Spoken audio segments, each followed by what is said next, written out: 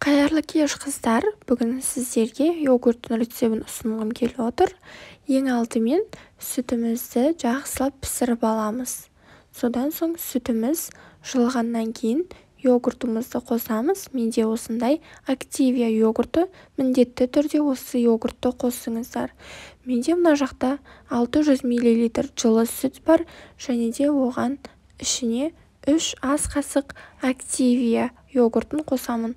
Міндетті түрде осындай обычный йогурт алыңыздар, ішінде клубника, малина қосылған болмасын. Мен ішіне 2 ас қасық шекер салып жібердім. Негізі салмасаңыздар да болады, бірақ шекер салсаңыздар дәмі одан да дәмді болады. Осымен шекеріміз ерігенше жақсылап араластырамыз. Бетін жауып, сүлгіге орап, жылы жерге ұйытып қоямыз. Мен осындай сүлгіге орадым. Содан соң бұның үстінен тағы да қалың бір сүлгіге орап, жылы жерге ұйытып қойдым.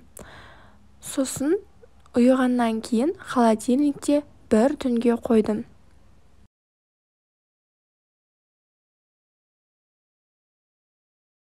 Осымен менің йогуртым дайын. Холодильникте бір түн тұрды.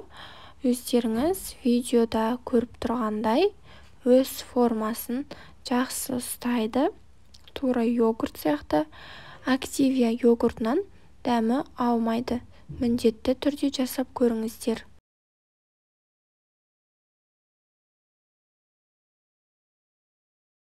Мен қасықтың көмегімен осылай ыдысыма салып алдым.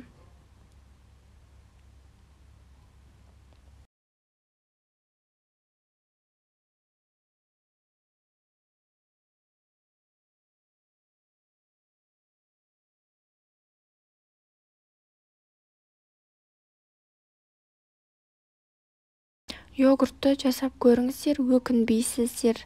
Дәмін енді айта алмаймын. Мен үстіне малина қосып жібердім сәндік үшін. Сіздер малинаны қоспасаңыздар да болады.